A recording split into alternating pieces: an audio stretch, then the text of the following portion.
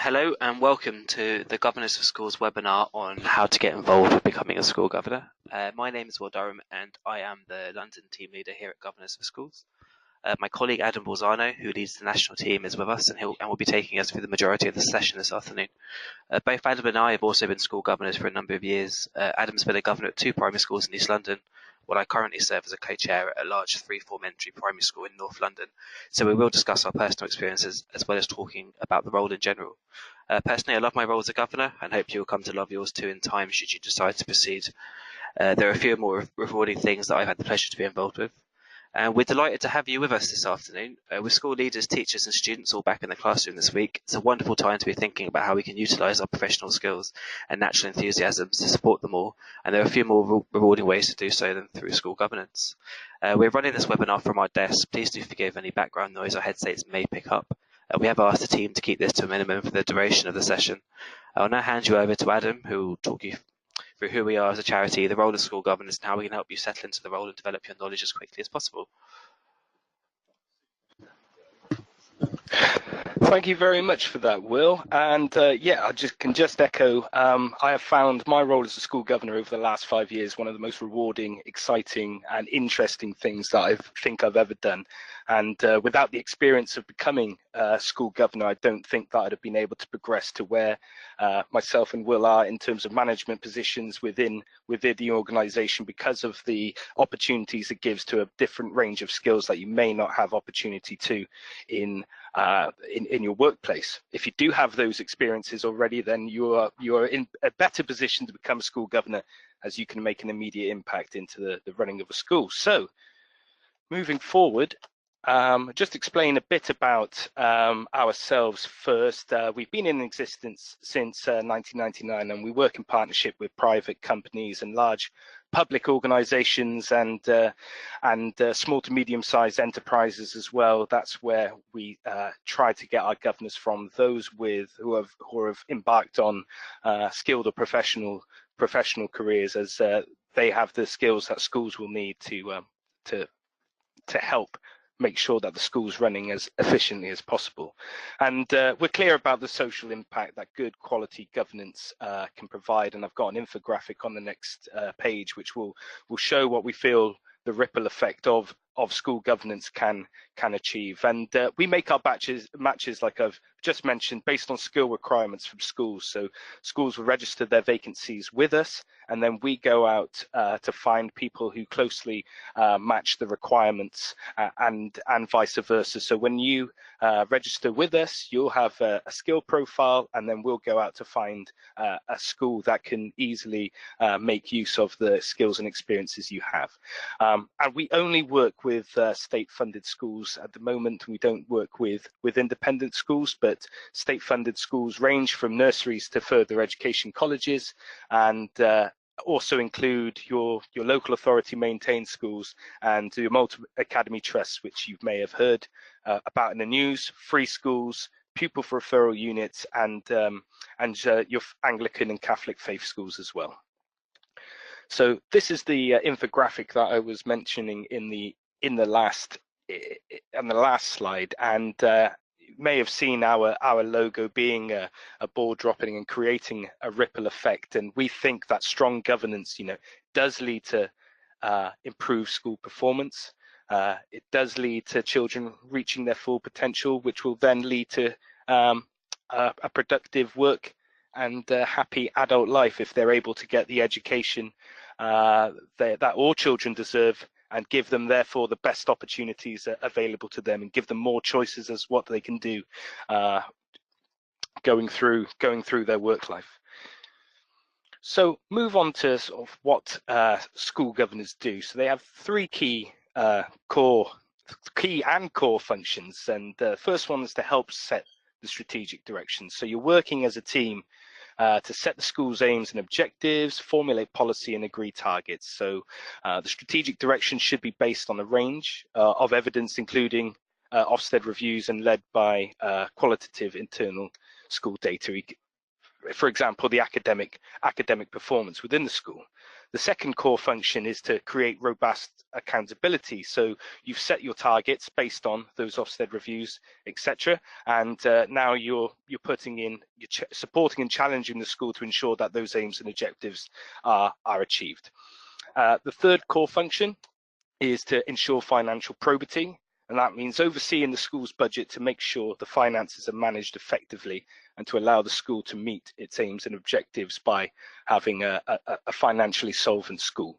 Not all governors are expected to have all of these skills. Elements of the role will, you'll have professional experience or have interest in certain aspects, and when you join a governing body, you'll be part of a full governing body, and then you will also be part of a subcommittee where they look into these things in much greater detail. So what does being a governor look like in practice? Well, governors meet 6 times a year to review overall school performance. Meetings agreed at the beginning of the year, so you can inform your line manager or compliance far in advance of your meetings. So if you were to join now in September, you would have all the meeting dates for the rest of this academic year. So you're able to plan ahead and make sure that work are aware that you'll be required on this meeting date, because attending these 6 meetings per academic year between September and July are mandatory. So you are required to attend these, but obviously if you're ill or anything comes up short notice, you are able to hand your apologies, but you are expected to attend each of these 6 meetings.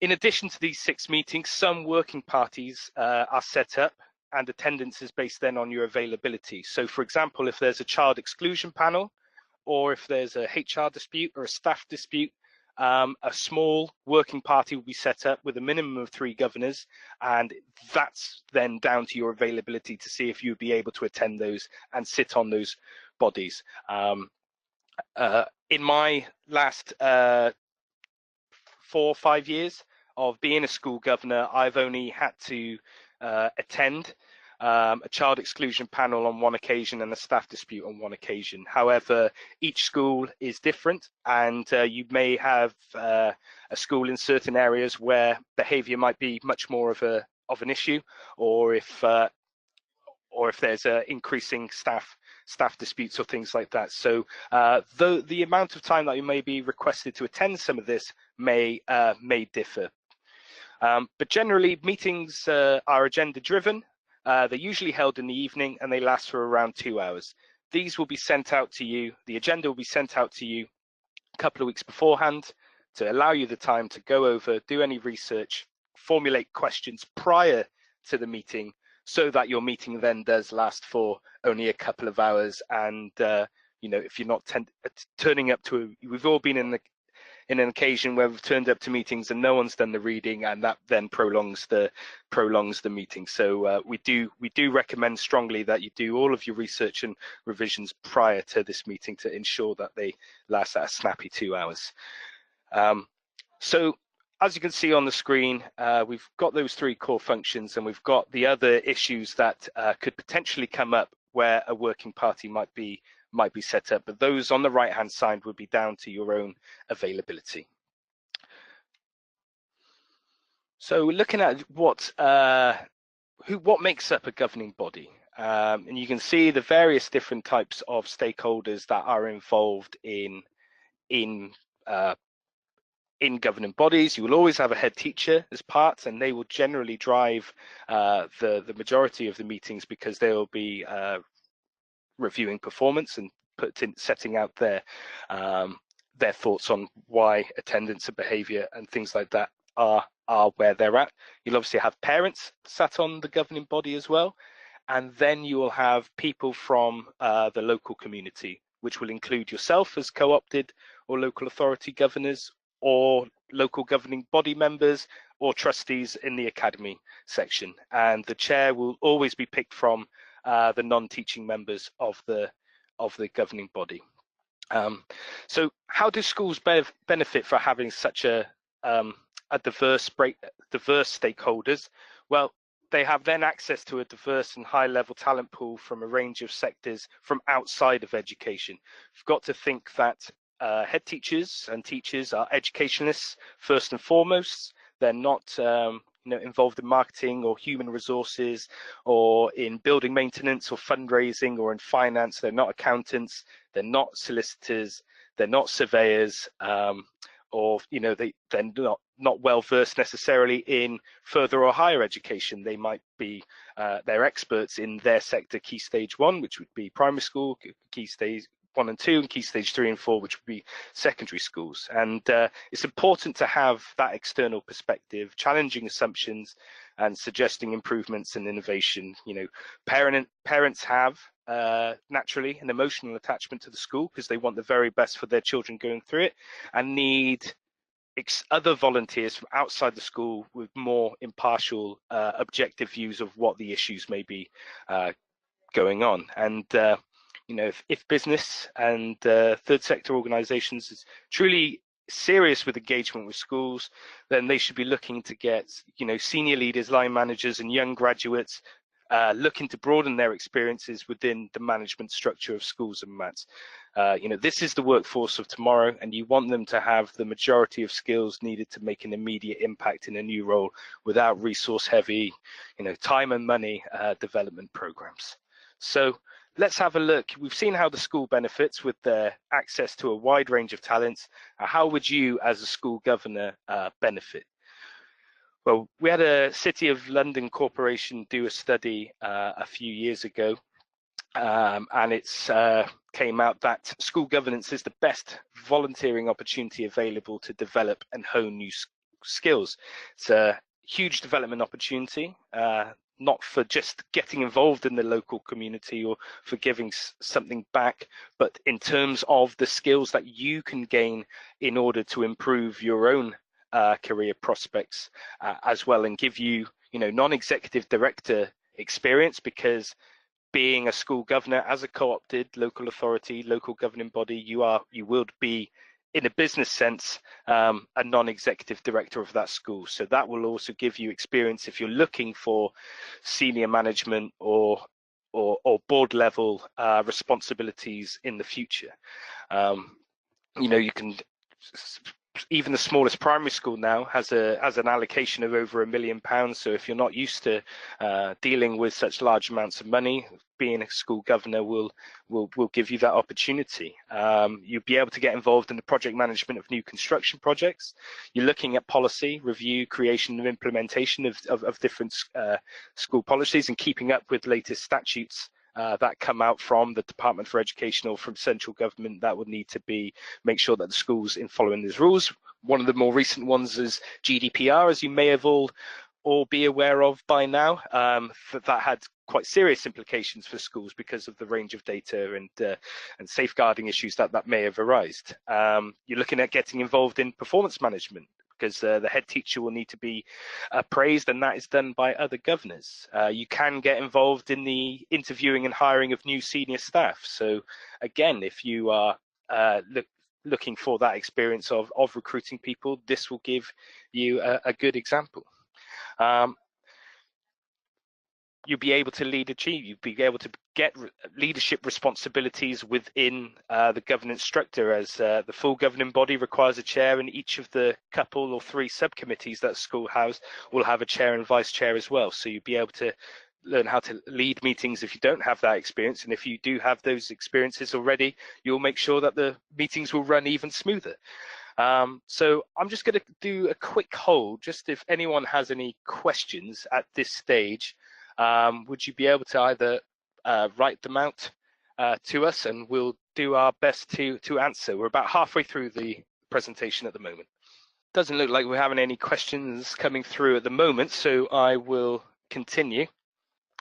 So you've heard from myself and Will, and you could claim that we might be biased in trying to get you to become school governors, but I'm going to put you on the next slide now.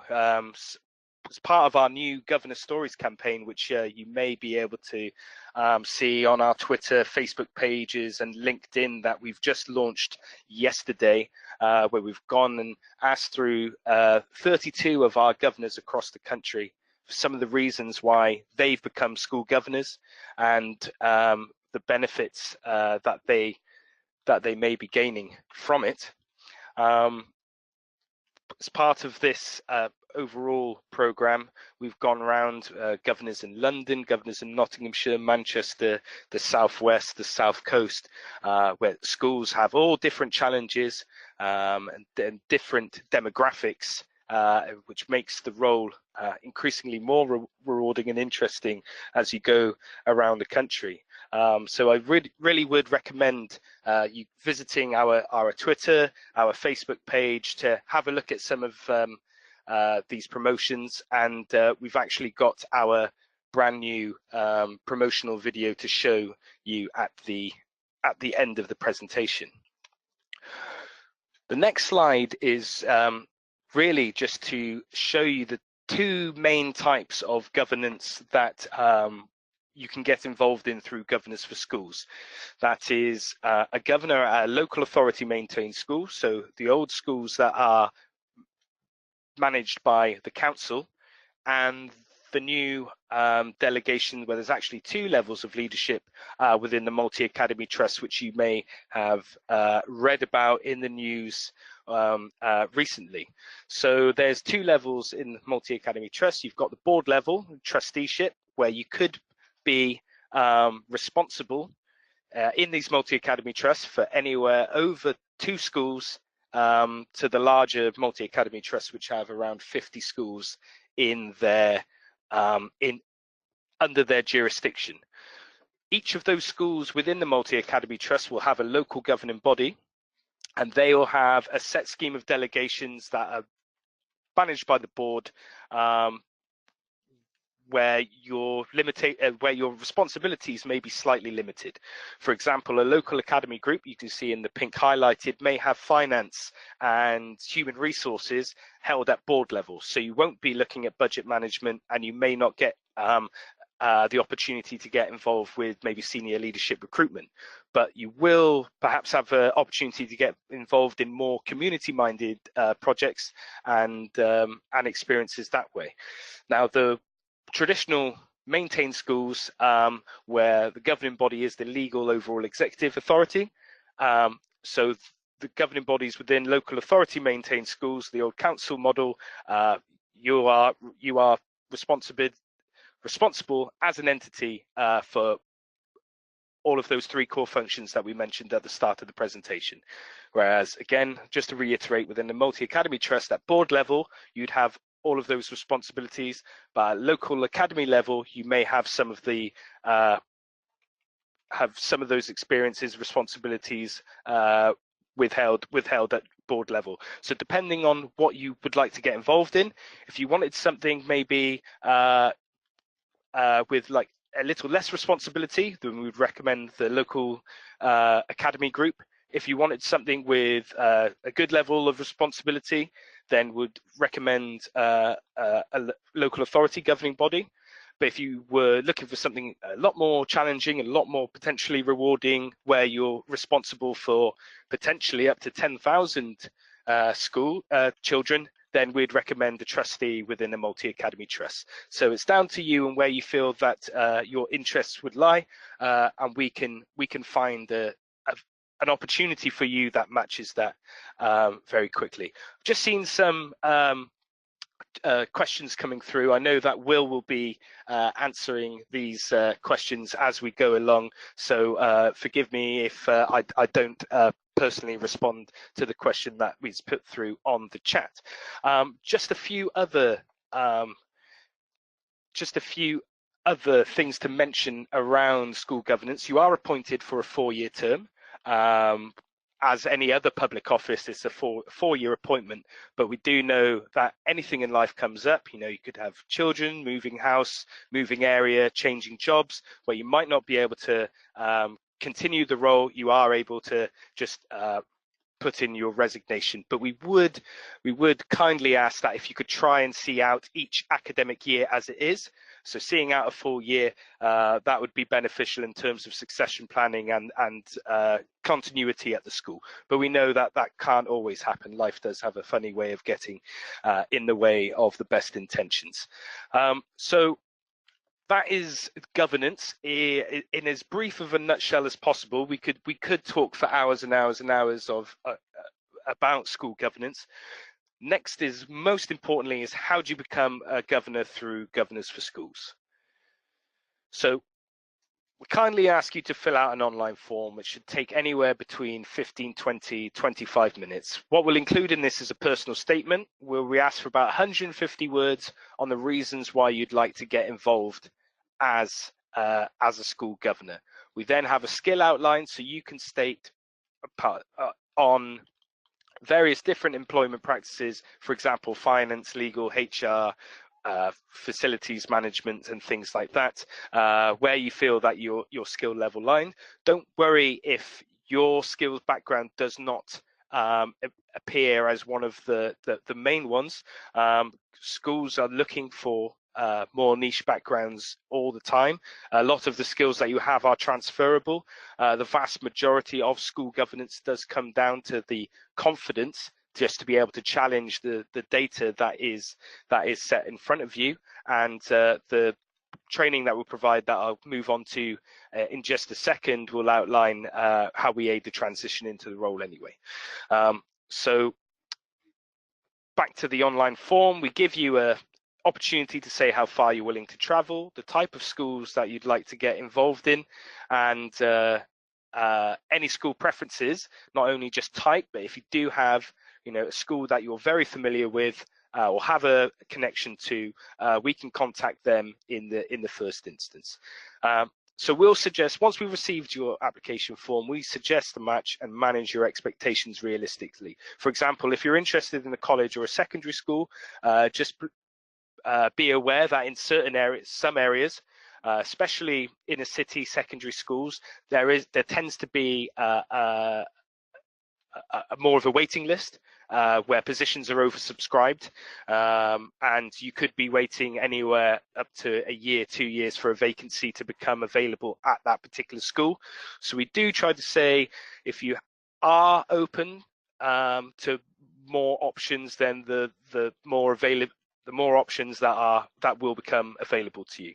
The vast majority of our vacancies are for primary schools, but we say that, and the research does suggest that the more of an impact that you can make at a younger age of a child's education experience, the more that it will benefit them going forward throughout their schooling and then on into their working life. So do say that even though primary might not appeal to you immediately, the impact that you'll make will be far greater than at secondary or at college level.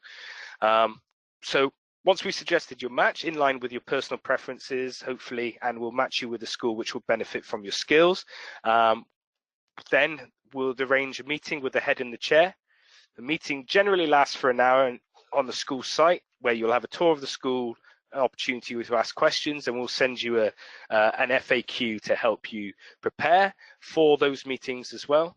And if at any stage you are unhappy with or didn't get quite the right feeling from the school that you've just met, you can always come back to Governors for Schools and say, thank you very much for putting us forward for that, but I think that I'd be more comfortable at a different school. So there's no obligation to have to join a school simply because we've put you in touch with them. We at Governors for Schools, we're aware of the sacrifice of your own free time that you're making to help support education. So we want you to feel comfortable giving up that free time and making sure that you're at a place where you really feel that you can get involved and make a difference. So once you've had that meeting with the chair and the meeting's been positive, you simply start being a governor at the next available meeting if the head and the chair agree. They will then send you out the full governing body and committee meeting dates far in advance, and then you would start receiving your governor packs from either the local authority or a multi-academy trust, and any other supporting materials that Governors for Schools will send to you upon placement. So like we said about giving up your free time, we want you to feel comfortable about that. We also want to make you a success as a school governor.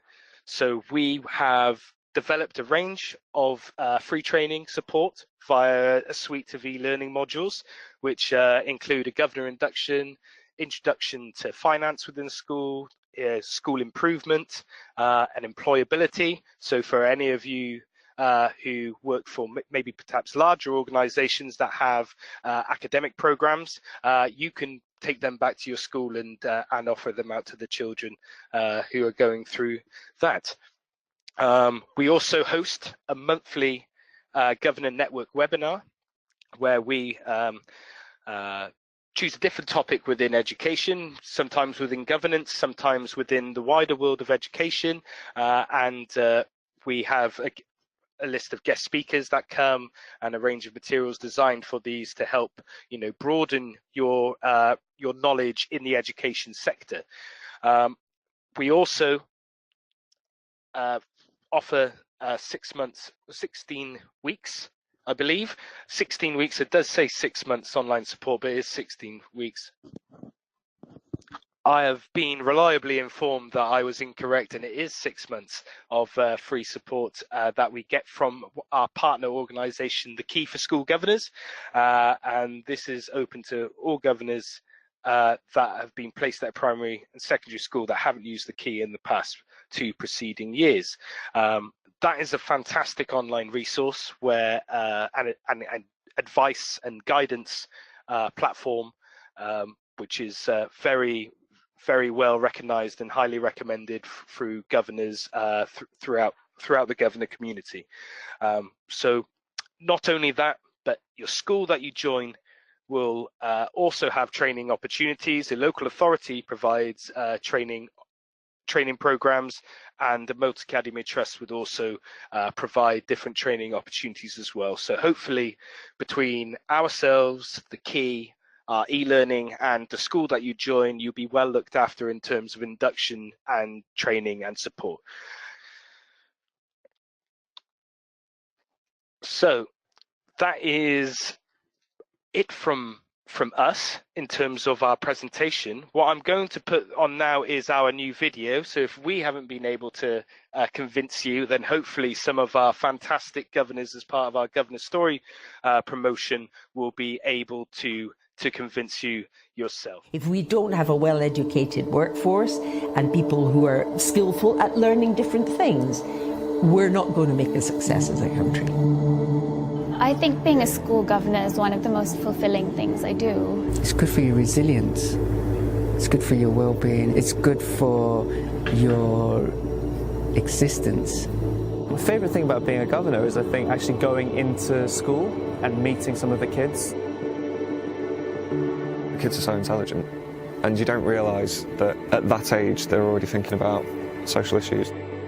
I say to myself that I must give whatever I can. It will never be enough, but whatever I can to the community in this country. Solutions can't happen in isolations. It can't just happen with the head. It has to happen with the governors that are from different backgrounds. The kids recognise you and they say hi, and then making these decisions around staff structures and class sizes and budget decisions, etc. It really kind of hammers home to you that these aren't just numbers on paper, these are people's lives. The more I've moved forward in my career, the more I've figured that I owe it to people that wanted to give me opportunities, that wanted to make me realise that there's more than just allowing fate to take over. I've learnt really valuable business skills that I've been able to take back to work with me. So I would say to anybody who is considering becoming a governor, actually, you don't need any particular type of experience or familiarity with schools or how the system works. It's more about being willing to ask questions, to provide challenge. The whole point of a governing body is to bring different perspectives and different viewpoints, which then just shows the kids that there are different perspectives and different viewpoints to take into consideration. And it doesn't matter in a sense what age you are, because all work together and they're working for a common goal, and that's a very rewarding thing to do.